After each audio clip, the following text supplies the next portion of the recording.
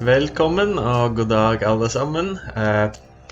Today we're gonna just do a little intro to some of the rituals that the Norse pagans would have practiced. So you know me, if you've watched this channel, I believe in reincarnation, and I believe that the pre-Christian Norse did as well. And I'll speak a lot more about that in a lot of other videos. But the belief in reincarnation may have been lost in the Viking Age. Because we do not have a whole lot of evidence that the Vikings believed in reincarnation and ancestral worship, like Scandinavians earlier on in history. We do have a lot of evidence that's really old, before the Viking Age even, that Scandinavians believed in that reincarnation. But again, I'll go over that in other videos. But I personally believe that the Vikings also believed in reincarnation.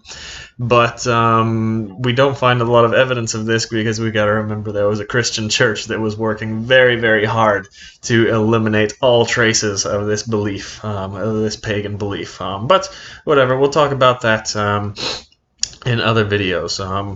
In the time before the Viking Age, our people, we know for sure that they would go through rituals, and the aim of some of these rituals was to help these people remember who they were in previous lives. And there were also ways to do this, which I will go over in other videos, but they believed that basically there were certain techniques and things you could do that would help you remember who you were in past lives. And when you remembered these little bits of things and little things that the ritual guide or shaman or whatever brought to you, the more you remembered about your previous lives, the more wisdom and knowledge and ability and skill and strength you would get from your past lives. So basically, I want you to compare this to someone who has amnesia or Alzheimer's or dementia or stroke victims or whatever you want. Anyone who has lost their memory. So one technique that doctors use for the treatment is showing the patients things that will jog their memory a bit, so then more of their memory will come back.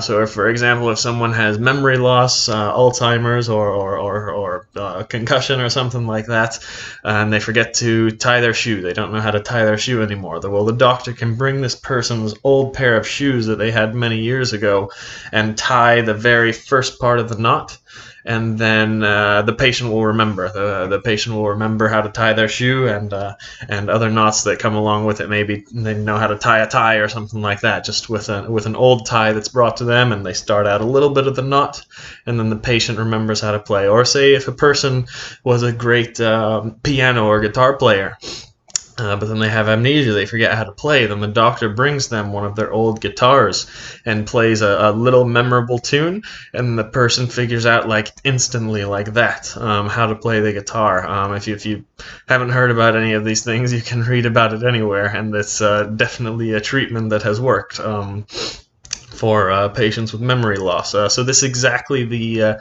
same kind of principle we see with the Norse pagans. One of the jobs of the sorcerer or shaman or whatever was to guide people and try to have them figure out who they were in past lives, and then they would get the wisdom and power and skills of that person in past lives. So I'll be honest, this whole subject is very hazy, and it's debated a lot by different people, but in my opinion, I think the evidence is pretty clear that our ancestors believed in reincarnation, and this ritual practice was done just like this. They had a lot of rituals and a lot of things, lots of different types of magic, but this was one of the things that they did, and I will go over a lot of this types of evidence in other videos, but I'll just end this one here. This will be just an introduction to a couple of the rituals that the Norse pagans would have done. Just want to leave you with a point. For any of you who don't believe in reincarnation, that's okay.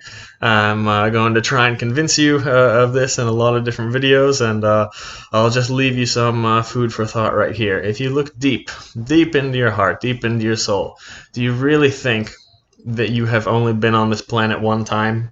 You really think that you're only here for a few decades, however long, 20 years, 50 years, 70 years, 100 years? Do you think you're only on this planet? You think you've only been here one time, and one time is going to be it? Do you think that the people you love, your family, friends, everyone that you care about, do you think this is the only time that you've ever seen them in history? Do you think it's the only time you're ever gonna see them again?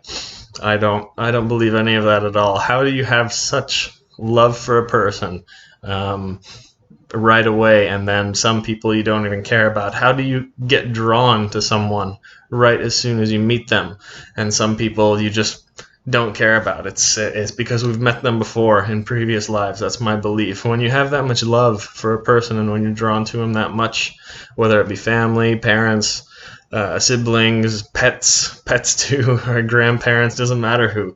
It's You can't develop that amount of love in one life. It takes many lifetimes, I believe, and I believe that if you've had that much love and if you feel that much connection with someone today, then you've had thousands and thousands of lifetimes before with that person. This is not the first time you've met them.